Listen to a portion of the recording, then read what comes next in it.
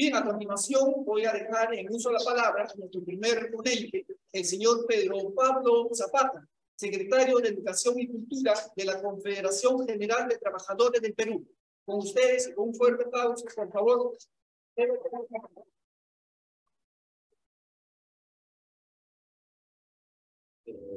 Muy buenos días, compañeros.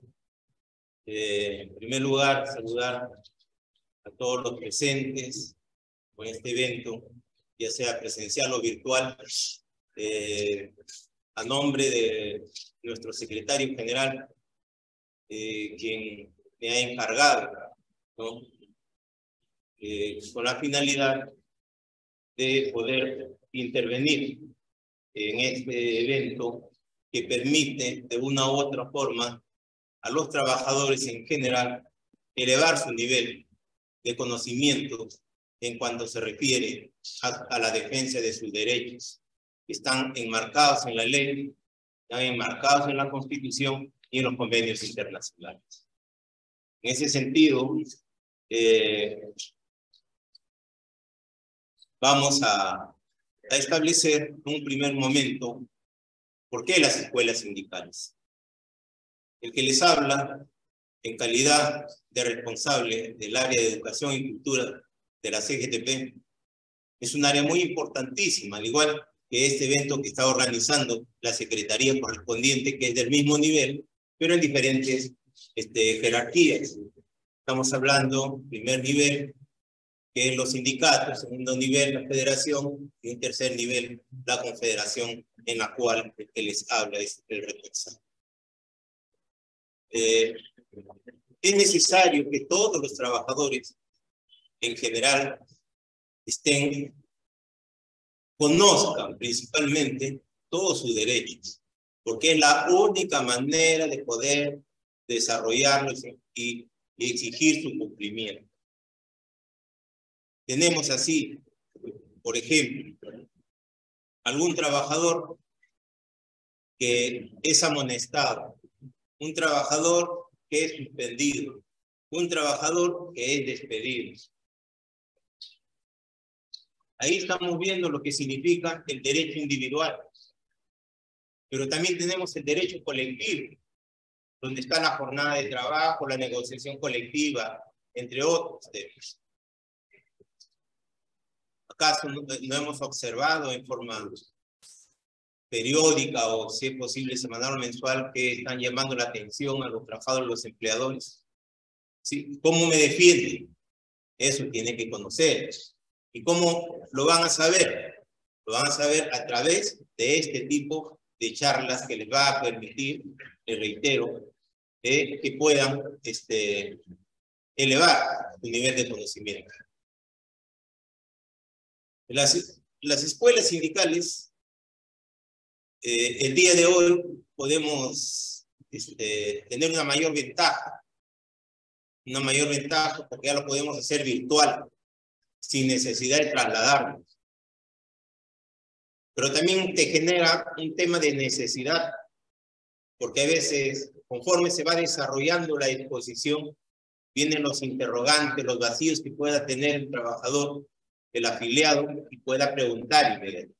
Esa es la desventaja. La ventaja es que está transitando, está en un momento libre, puede estar escuchándolo. Esa es la ventaja, pero le van quedando interrogantes. La desventaja es de que no se haga una pregunta en forma inmediata y pueda ser absuelta en su oportunidad. Todos los niveles que tengan que ver, ya sea presencial o virtual, son importantísimas y que deben de desarrollar. Desde la Confederación también se hace ese tipo de actividades, ya presenciales o virtuales. Para este primer caso, vamos a desarrollar lo que es el derecho individual. Les decía, aquel trabajador que porque llegó tarde, que porque probablemente hizo una mala acción en sus funciones, o probablemente una rencilla que haya podido tener con su jefe directo, eso genera que en algún momento puedan ser llamados de atención, tanto verbal como escrito. Entonces, lo que se tiene que hacer, todo trabajador, en forma individual es no solamente aceptar la amonestación o suspensión o cualquier otra medida que a veces los empleadores aplican, sino que tienen que saber responder en la forma y modo adecuado. Supongamos, a ver, me llaman la atención por razones de haber cometido una acción equivocada. Me lo hacen por escrito, entonces yo tengo que responder, ¿no? Hacer el descargo correspondiente.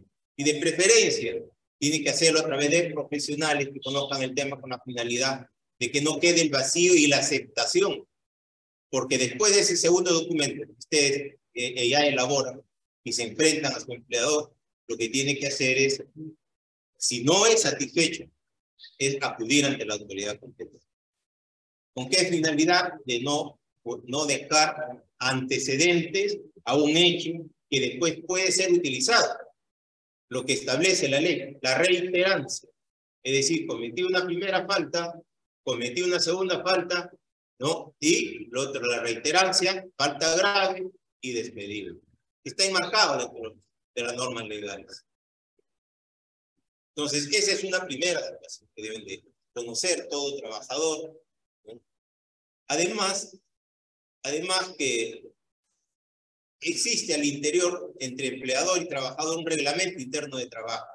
Además de las leyes, ese reglamento interno de trabajo que debe también utilizar el trabajador, porque las empresas lo utilizan con la finalidad de sancionar, pero el trabajador también puede utilizarlo con la finalidad de poder hacer los descargos. Eso es lo que podemos ver, ¿no? En forma similar puede haber otros acontecimientos, pero la actuación del trabajador es no dejar que las amonestaciones o sanciones que puedan haber queden tan solamente en él y no sean descargados y después acudir ante las autoridades. Eso es lo que tiene que ver con el derecho individual. Ahora vamos a ver en el derecho colectivo. En el derecho colectivo ya tenemos ya todos los trabajadores. La jornada de trabajo, 8 horas, ¿no? El convenio colectivo. En algún momento, cuando se dan en las asambleas o reuniones que tienen los trabajadores, no hablemos de política, dice. No hablemos de política. Oiga, pero si yo hago política todos los días. Recuerden que si voy al mercado estoy haciendo política económica, la demanda, ¿no? Si estoy vendiendo algo, es la oferta. Entonces, no se puede decir que el trabajador deje de hacer política. Lo que sí pueden decir, y hay que saber diferenciar entre la política en general y la política partidaria. Cosas totalmente distintas.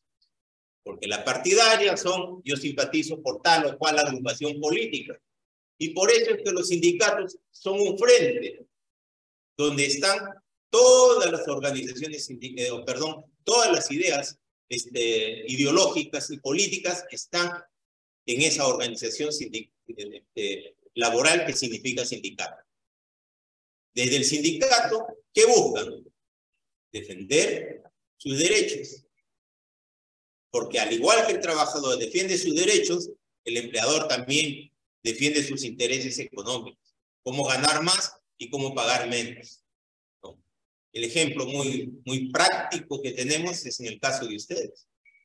Recordarán hace muchos años, el sindicato era único, ¿no? Un solo sindicato, los trabajadores, un solo empleador, pero ya después, en los 90, vino el tema de la tercerización y hoy día tenemos a los trabajadores divididos, ¿no?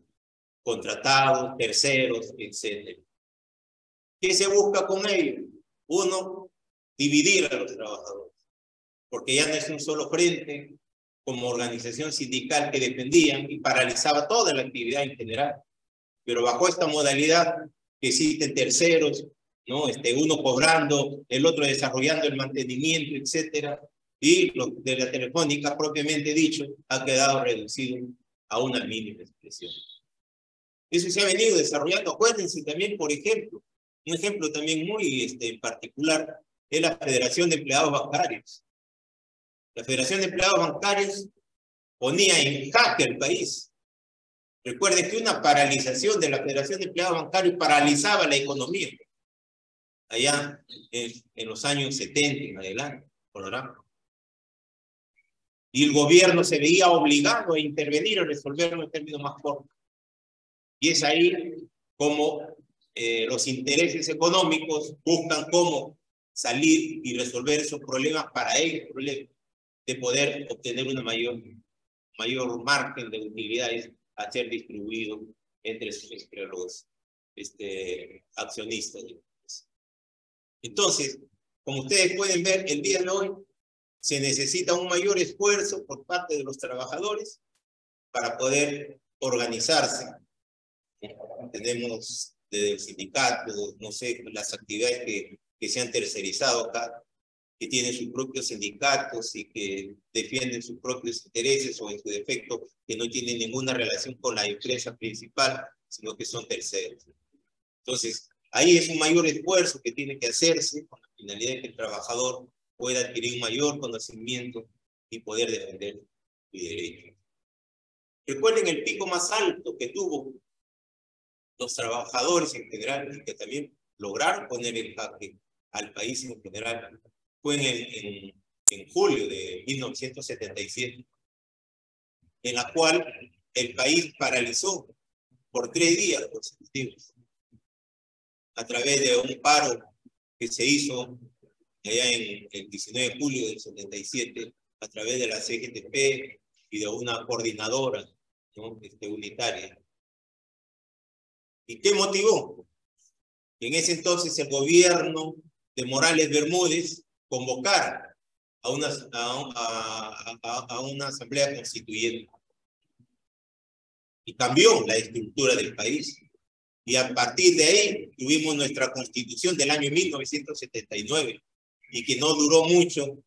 ¿Por qué? Porque el poder económico, a través de los intereses internacionales también que tienen, motivaron que en los 90 se cambiara la constitución a través del autogolpe de Estado que dio en ese entonces Fujimori y conllevó también que se hiciera una asamblea constituyente que se modificara y tuviéramos esta constitución actual, la cual pues pone en desventaja, si comparamos la del 1979 y la del 93, la de 79 defendía más los derechos y estaban debidamente detallados los derechos de los trabajadores. En la del 93 se modificó y eso conllevó de que los empresarios inclusive en ese entonces despidieron, ¿no? Por los 90, del 90 al 94 más o menos despidieron a diferentes, a gran cantidad de trabajadores, ¿no? Y que, bueno, ocasionó que los sindicatos también se inmovilizaran, se debilitaran. ¿Por qué? Porque los cuadros que habían sido formados durante todos esos tiempos habían sido despedidos, porque la directiva que había dado, la directiva política que había dado el gobierno, era de preferencia despedir a los dirigentes sindicales, y principalmente a aquellos con amplia experiencia. Y eso motivado a que se despidieran tanto de las empresas privadas como las empresas estatales que en ese entonces existían. Hoy día, pues con esta nueva constitución y con nuevas leyes que se están dando y con los cambios políticos que se vienen dando desde el Congreso, que están tratando de desmantelar lo poco que se ha conseguido con esta constitución mala del 93, están tratando de desmantelar más los derechos de los trabajadores. Ustedes pueden ver inclusive hace unos días el comportamiento del Congreso, ¿no? Que están modificando para poder ya no tener un solo Congreso, sino tener dos cámaras, la de diputados, volver a lo que teníamos antes, en este caso de Fujimori, porque Fujimori entabló que solamente se existiera una sola cámara. Ahora nuevamente quieren volver por el tema de la reelección porque no se les permite reelegirse. Con dos una de diputados y otra de senadores, aquellos que han sido congresistas, como yo no he sido senador, puedo postular. Y lo más grave es que están cargando más el presupuesto en gastos en el Congreso, porque ya no serían los 130, sino 190. Tanto 130 diputados y los 60 senadores. Entonces, ¿y eso con qué fin? De poder continuar teniendo el manejo político del país y el sostenimiento de la economía para los más fuertes, en este caso, para los empresarios. Entonces, los trabajadores tienen que estar preparados para ello. Y por eso es que tenemos, cuando el trabajador dice, oye, la remuneración no me alcanza. Sí, la remuneración no me alcanza, entonces, ¿qué cosa tengo que hacer? ¿Qué es lo que me permitía la Constitución del 79 y ahora la del 93? La única manera de poder incrementar o mejorar mi remuneración es a través de la negociación colectiva. Entonces ya viene el derecho colectivo, ¿no?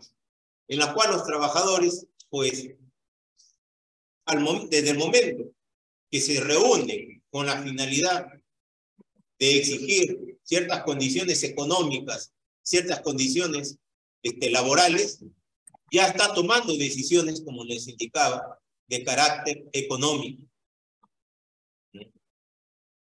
Porque cuando hablamos de cómo yo poder sustentar, por ejemplo, mi petitorio de aumento general de condiciones de trabajo, no solamente me voy a limitar a hablar de lo que significa la inflación. Sabemos que la inflación pues es manejada tanto por el BCR como por el Instituto Nacional de Estadística e Informática. En este mes nomás, ¿no? La inflación anual ha sido reducida a 7 y pico, ¿no? Mientras que la inflación del mes está en 0.5, creo, si mal no recuerdo. Pero cuando vamos al mercado,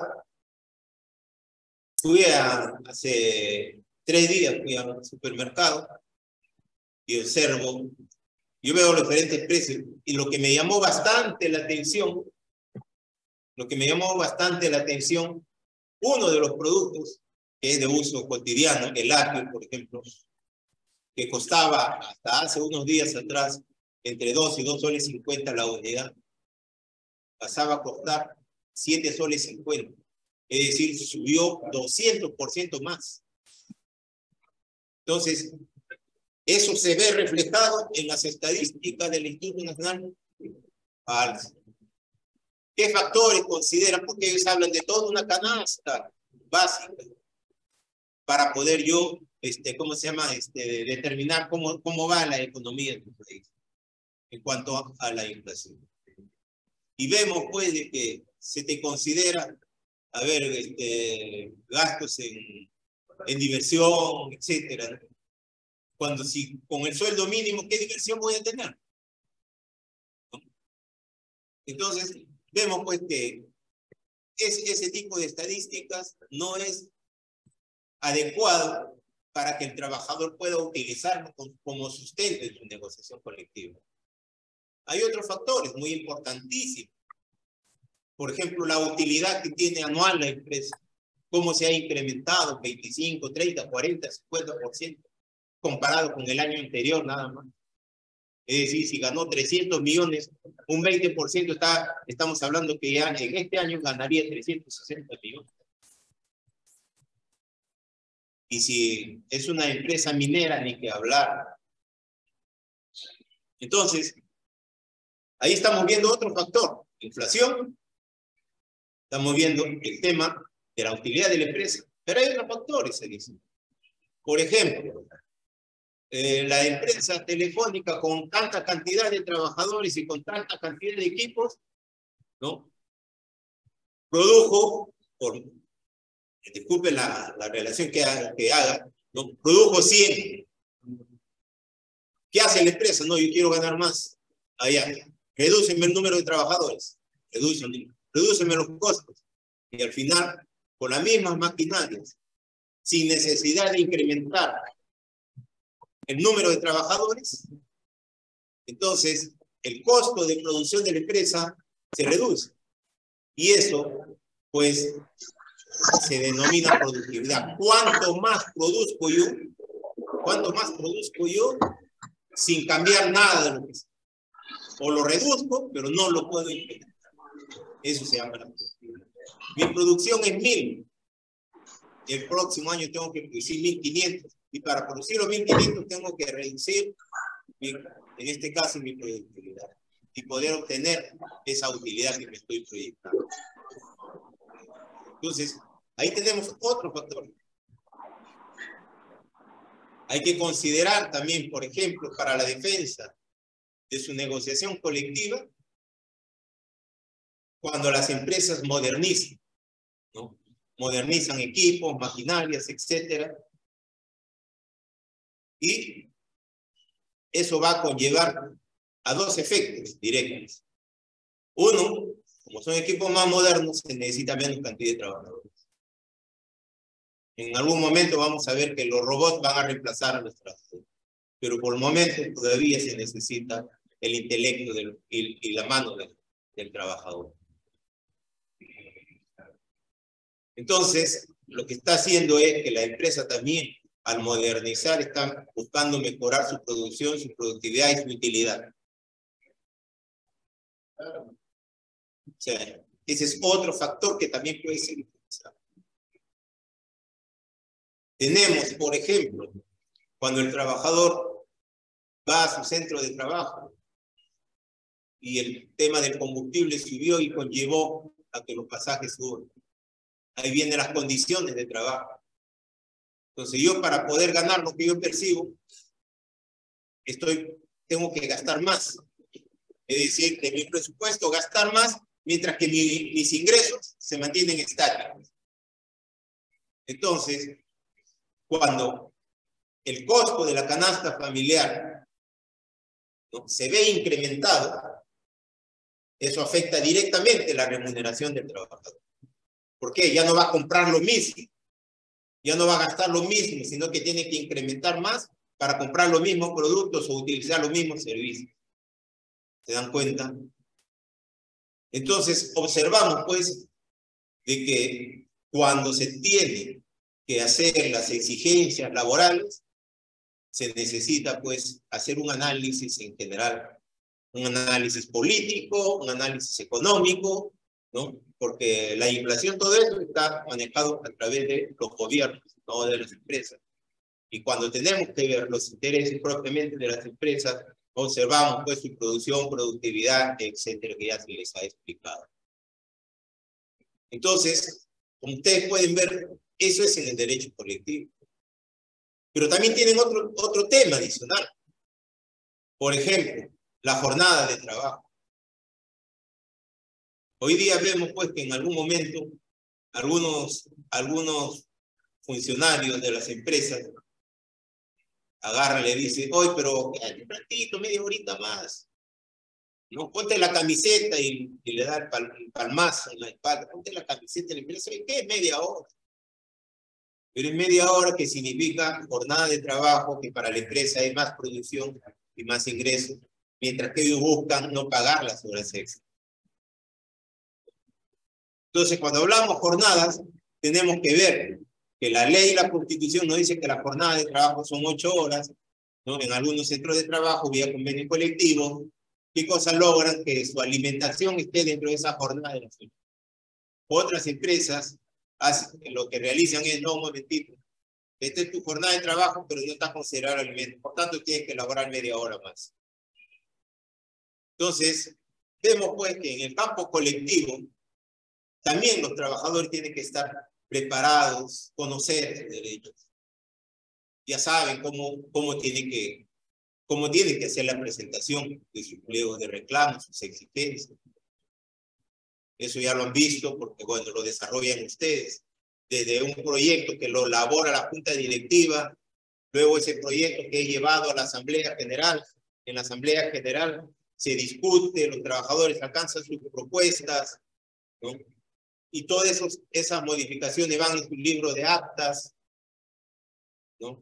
Teniendo ya en el libro de actas, luego lo desarrollan a través ya de un formato o el estilo que tiene cada organización de presentar, pero tienen que presentarlo tanto al empleador como también tiene que empezar a presentarlo a la autoridad administrativa de trabajo, en este caso el Ministerio de Trabajo.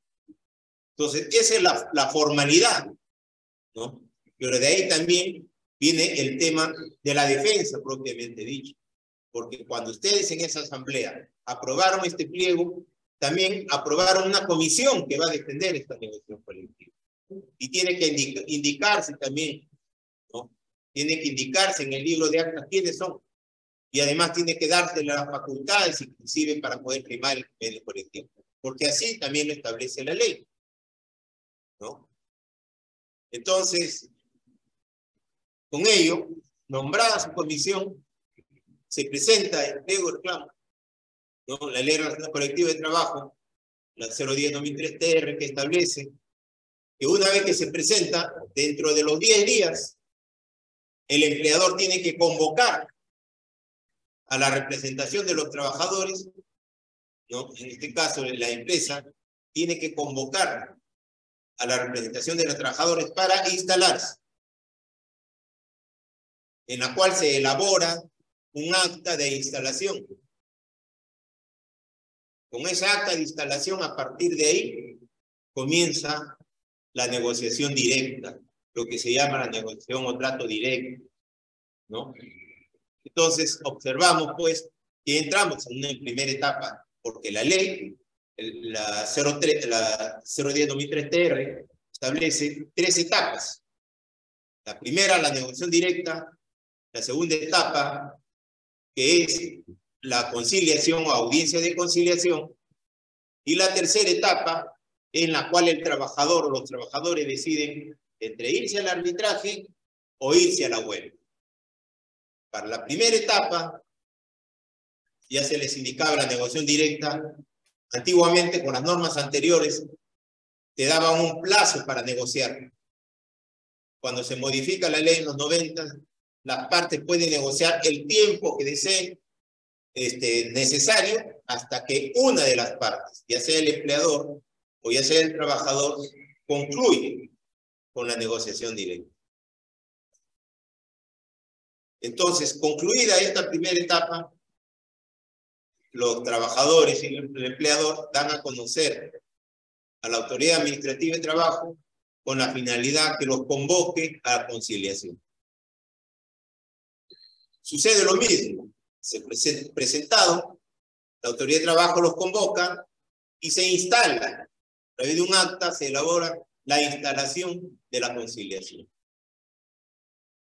Entonces, para la negociación directa, un acta; para la conciliación, para iniciar también otra acta.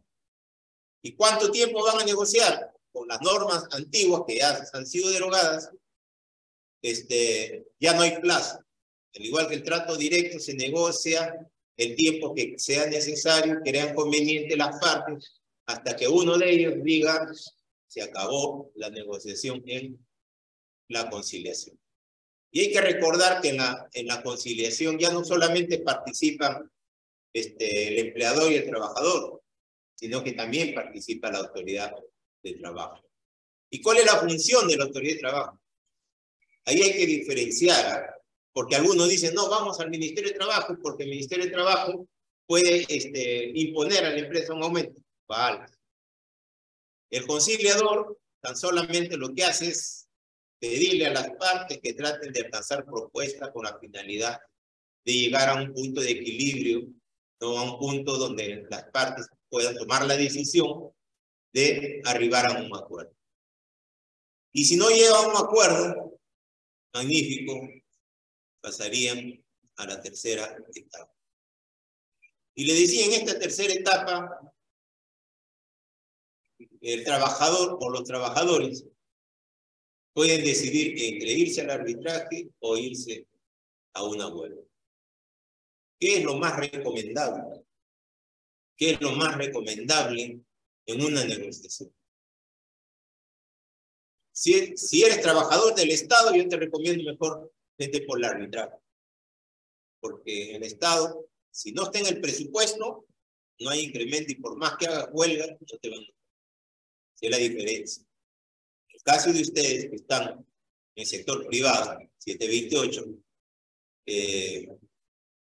lo más conveniente es optar por el derecho al voto. Es lo más recomendable. No necesariamente que hay que hacer. Hay que optar lo que es mejor para el trabajador, el tiempo, ¿no? Posibilidades y costos. Porque el arbitraje no es gratuito. Existe la norma de arbitraje, la misma ley de relaciones colectivas, también regula el arbitraje. ¿Qué significa el arbitraje? Primera parte, en primer momento, los trabajadores nombran un árbitro. ¿Ya? Ese árbitro, ¿dónde lo van a conseguir? Existe una relación de árbitros que están registrados en la autoridad de trabajo. O pueden también optar por uno que no se necesariamente, como se mete en la relación, uno que sea conocido, que tenga más confianza, pero que esté debidamente registrado, ¿no? Entonces, el trabajador designa a su árbitro. Y luego viene la otra parte, el empleador también designa a su árbitro. Entonces, entre los dos árbitros se reúnen y de la relación de los árbitros que están inscritos en la autoridad de trabajo, eligen a uno. Esa persona que es elegida pasa a ser el presidente del tribunal arbitral. Entonces, como ustedes pueden ver, se formó el tribunal arbitral con un árbitro de los trabajadores, con un árbitro de la empresa y un presidente. Eso, como le dije hace un momento, no es gratuito. Entonces, eso tiene un costo. Gracias. Eso tiene un costo en la cual el árbitro de los trabajadores lo paga el mismo trabajador. El de la empresa paga su árbitro. Gracias. La empresa paga su propio árbitro.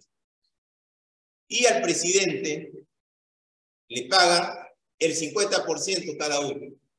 ¿Y cuánto gana el presidente?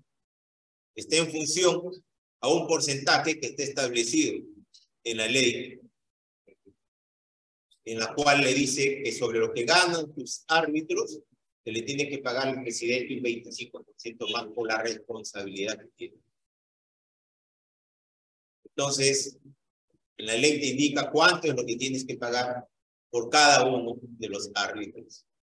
Y el presidente con un porcentaje distinto. Luego que ya ha sido designado el presidente los convoca y se instala, al igual que se hizo en la negociación directa y en la conciliación, en el arbitraje también se da la instalación. En esta instalación ya invitan, ¿no? El tribunal arbitral invita a los representantes de los trabajadores y a la empresa y se ejecuta la instalación propiamente dicha y se elabora un acta de instalación. En esa acta de instalación, ¿qué cosa tiene que ir para el arbitraje? Eso hay que tener cuidado. Es decir, acá tiene que figurar todas las condiciones en que se va a dar todo el proceso de arbitraje. Todo. Si hay observaciones, cuánto es el plazo, ¿no? Que se va a dar de 3 días, 5 días, 10 días, cuánto. Eso tiene que estar ahí cuando se va al arbitraje. Y otra cosa más, ¿no? Ya hay veces de que el empleador mayormente siempre busca no ir al arbitraje. Entonces, ¿qué es lo que hace en este caso el árbitro? Impugna el proceso arbitral. Y a través de esa impugnación se le traslada, en este caso, si lo hace, la impugnación lo hace el empleador, se le traslada a los trabajadores dan su punto de vista, y con ambos puntos de vista, el tribunal arbitral emite una primera resolución, dándole la razón o no dándole la razón al proceso de impugnación que ha planteado el empleador. Mayormente, lo que hemos visto en el histórico, casi el 90% no le dan la razón y el proceso continúa. Entonces, desarrollado esa primera parte instalado y ya conociendo cómo va a suceder, cómo se va a desarrollar el proceso arbitral, entonces se señala una fecha, ya tanto al empleador como al trabajador, con la finalidad que sustente sus petitorios. Uno, el petitorio que piden los trabajadores debe estar debidamente sustentado. Y cuando hablamos de la sustentación, tenemos que recoger esas variables que en su momento les expliqué. El tema de la inflación, la producción, productividad, utilidades de la empresa, etc. Y el trabajador, ¿qué es lo que tiene que hacer? Normalmente que tiene que agarrar las variables que mejor le convenga con la finalidad de poder justificar y sustentar sus incrementos de remuneraciones y condiciones de trabajo. Entonces, ahí tiene que ver, como le decía también, el aspecto económico del país, cómo vienen desarrollándose los pliegos de reclamos, cómo se están resolviendo en otras empresas del mismo nivel, ¿no? Cómo está la remuneración del trabajador, etc. Todo ello va a servir para que sustente el trabajador.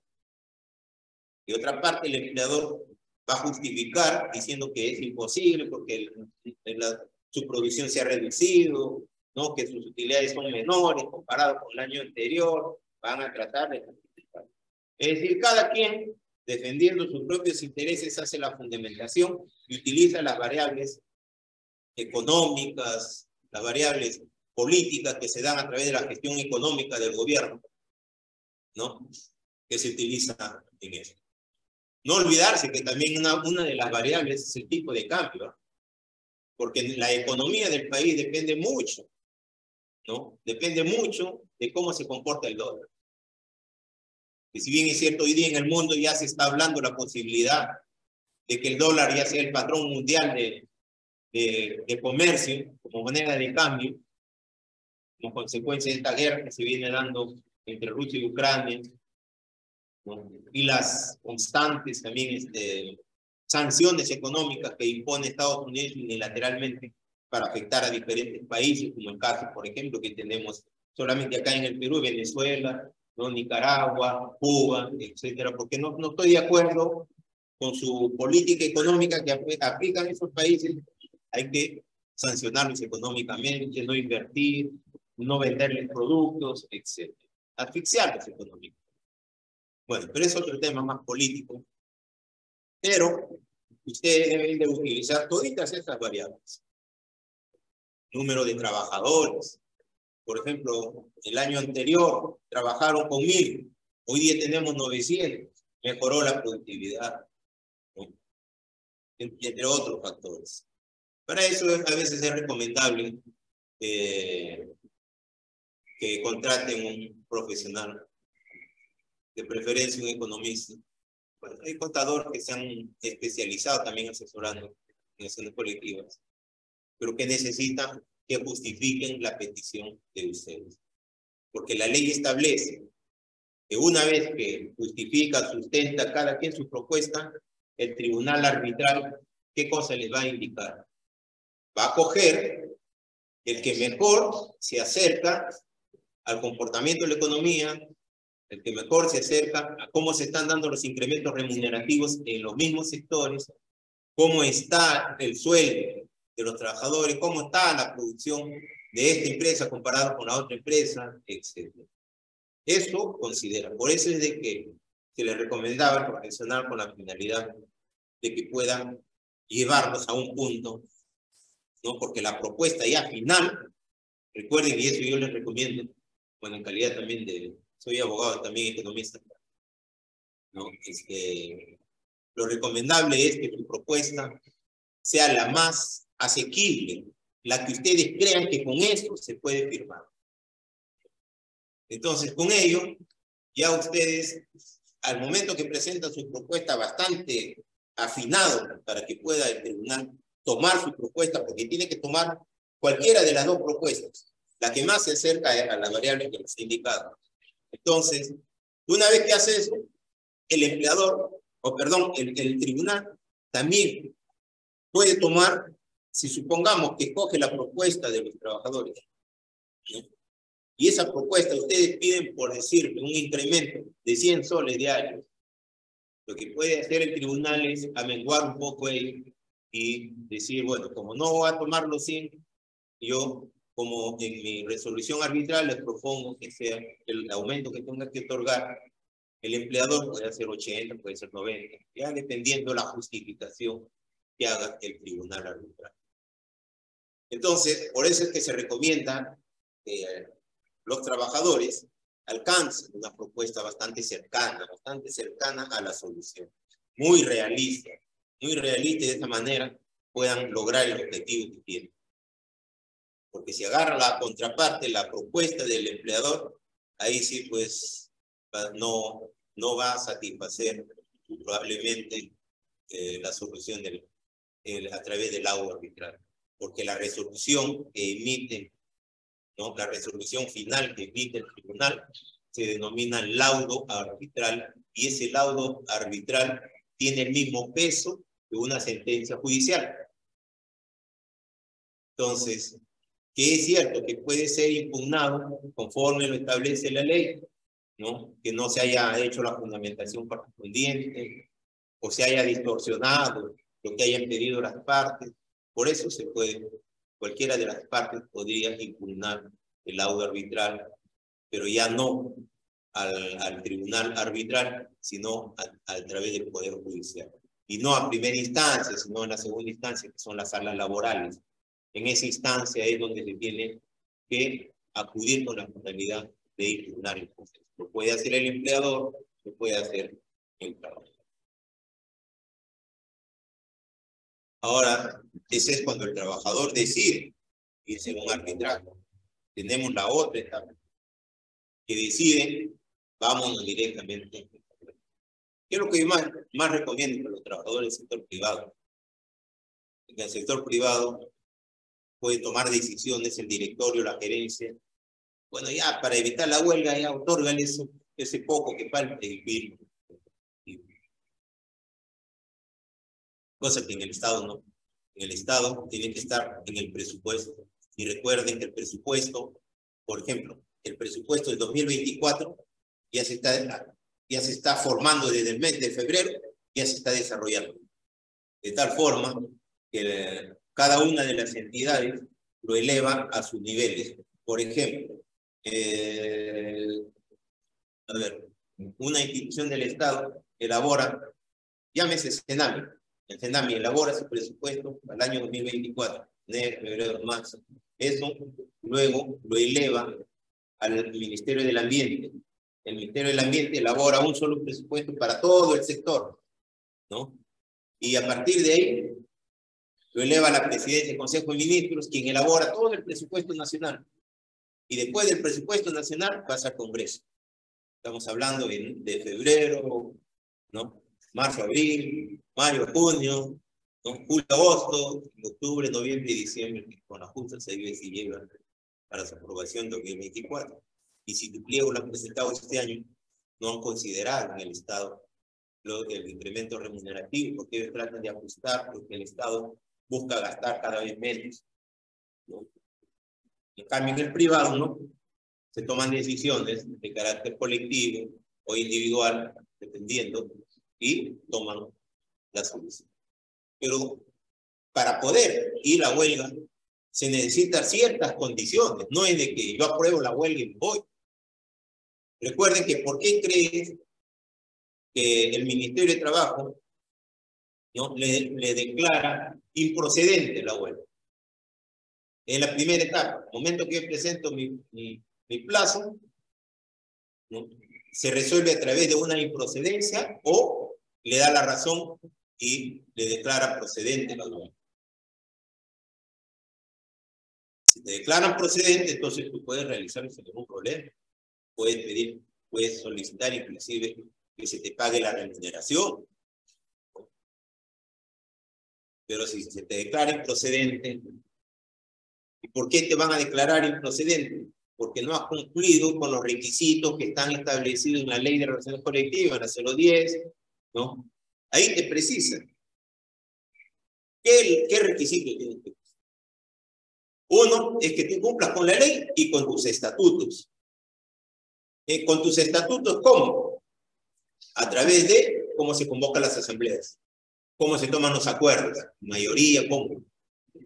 En la ley están indicando, además que te reitera que tienes que acordarlo conforme lo dice tu estatuto, te indica que tienes que señalar fecha, hora, lugar donde se desarrolló, número de trabajadores presentes, es decir, para ver si cumplen con el quórum necesario. ¿Cuántos participan? Tienes que indicar cuántos participan y cuántos afiliados tienen. Porque hay veces cometemos el error de decir, participaron en la asamblea 100, pero son 200. Entonces, al no señalar el número de afiliados total, entonces, por eso te pueden declarar imposible. Entonces, ¿qué es conveniente en este caso? Que se diga, participaron tantos trabajadores de tantos trabajadores que tenemos. Eso, ténganlo siempre cuidado. Esa es una primera. Luego de ello, de saber la participación, y todo esto tiene que estar debidamente redactado en el acta, ¿no? Tienes que aprobar tal y conforme lo vas a presentar a la empresa como al Ministerio de Trabajo. Es decir, el pliego de reclamos tienes que aprobarlo y desarrollarlo tal y conforme lo vas a aprobar, con las cláusulas, con todo eso. ¿Qué más te dice? Que tienes que presentarlo si son empresas que no brindan servicios esenciales con 5 días de anticipación. En el caso de ustedes, sector privado, con 5 días de anticipación. 5 días hábiles. 5 días hábiles. Para las empresas que brindan servicios esenciales, tienen que presentarlo dentro de los 10 días. ¿Qué pasa si lo presento posterior o en menor tiempo? De la impresión. Entonces, dentro de los 5 días tienen que presentarlo en el caso de ustedes y de esa manera no sean observados. ¿Qué otro requisito más les pide? Tienes que establecer cuántos votaron a favor y cuántos votaron en contra. Eso tienen que indicarlo. Porque si no se establece cuántos votaron a favor de los presentes, a favor de los presentes, de los afiliados presentes en la asamblea, que aprueban a favor el pliego, y cuántos votaron en contra, cuántos votaron en blanco, o no están de acuerdo, la suma total tiene que coincidir, acuérdense eso, tiene que coincidir esa suma con el número de asistentes. Si no te lo observo. ¿Qué es lo que dicen sus estatutos para convocar a la asamblea? Algunos dicen que tiene que convocarse con 5 días, con 3 días, etc. Y tiene que convocar esa asamblea para aprobar la huelga, perdón, en este caso, indicar dentro de dicho plazo que se aprueba. Porque si no lo hace, también es eso. Entonces, es otro requisito. Entre otros que también se encuentran en el TUPA del Ministerio de Trabajo, el texto único de procedimiento administrativo, ¿no? Del 2023. Ahí te indican todos los requisitos que tú tienes que cumplir. Que los votos sean mayoría. Antiguamente te pedían que el acta sea legalizado. Ahora ya no te exigen. Copia simple te piden. Es copia simple la presentación de la copia del acta, porque para aprobar la huelga, además de tu escrito, tu oficio que tienes que indicar, ¿no? Tienes que el acta. ¿Qué otro tema tienes que considerar? ¿Qué día vas a empezar la huelga? Acuérdense, el día que presenta y la hora que va a iniciar. Es decir, por ejemplo, hoy día estamos 10, ¿no?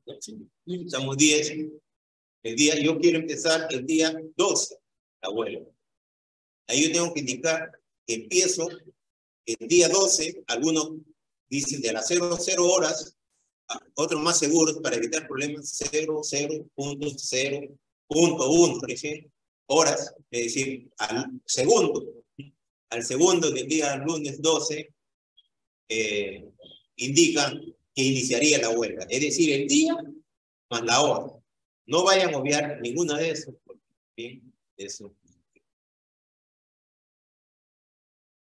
Ahora, después de ello, el secretario general o la junta directiva tiene que presentar un documento que dé fe en el cual todo lo acordado está en el marco de sus estatutos y en el marco de la ley, bajo responsabilidad de poder ser denunciado si no es, si no se cumple con él. Entonces, con esos requisitos pueden ingresar a la huelga, ¿no? Otro factor también es o sea, ¿quiénes son los que van a participar? ¿No? ¿Quiénes son los que participan en la huelga? Porque recuerden que a veces hay sectores de los trabajadores que no están afiliados, ¿no? Entonces ahí ustedes tienen que indicar, ¿no?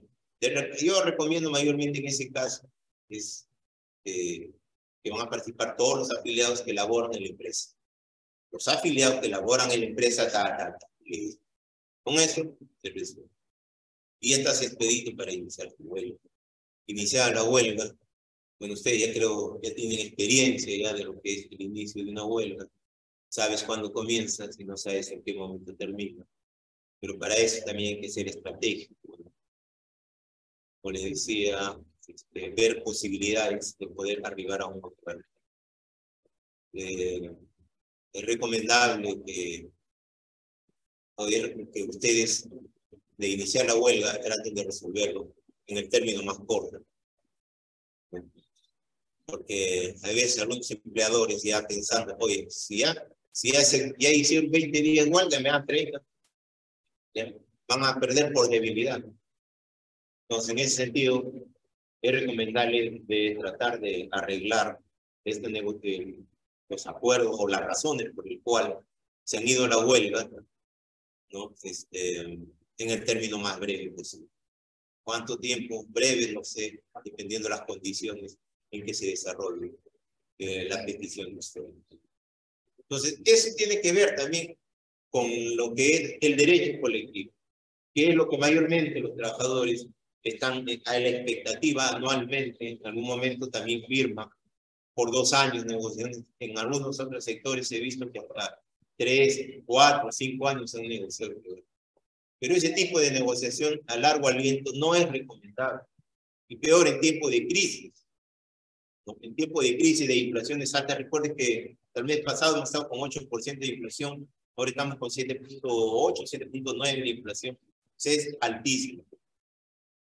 El rango que tiene, en este caso, el Banco Central de Reserva, es entre la inflación óptima, es entre 1 y 3, no debe de pasar. Si supera 3, entonces tratan de bajar, ¿no?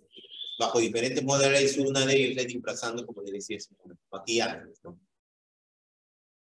Pero en este caso, lo que se busca, pues, es de que en inflaciones altas, la negociación sea siempre por un año. Siempre por un año. Nunca tiempo mayor. Y además tienen que asegurar cláusulas de salvaguardia, porque supongamos que le dan un incremento de un 8% y la inflación fue de 10%, a pesar de estar maquillado. Entonces existe una diferencia. La cláusula de salvaguardia sería que si la inflación es mayor al aumento otorgado, que se les otorgue la diferencia. Entonces, por ahí estaría cómo podrían salvaguardar ustedes su remuneración, su capacidad adquisitiva de la canasta familiar. Entonces, eso ya tenemos en cuanto se refiere a la negociación colectiva. Tenemos el tema de la jornada de 8 horas, ¿no?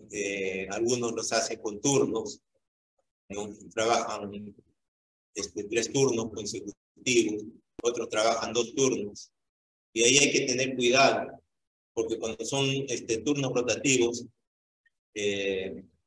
mayormente los empleadores, como son turnos rotativos, no te puedo pagar el feriado. No les pagan el feriado. Porque en las interpretaciones que da la autoridad de trabajo, por esa rotación que tienen, no les pagan el feriado.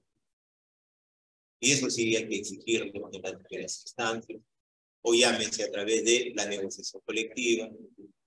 La negociación colectiva puede pedir que si son turnos rotativos, se puedan pagar.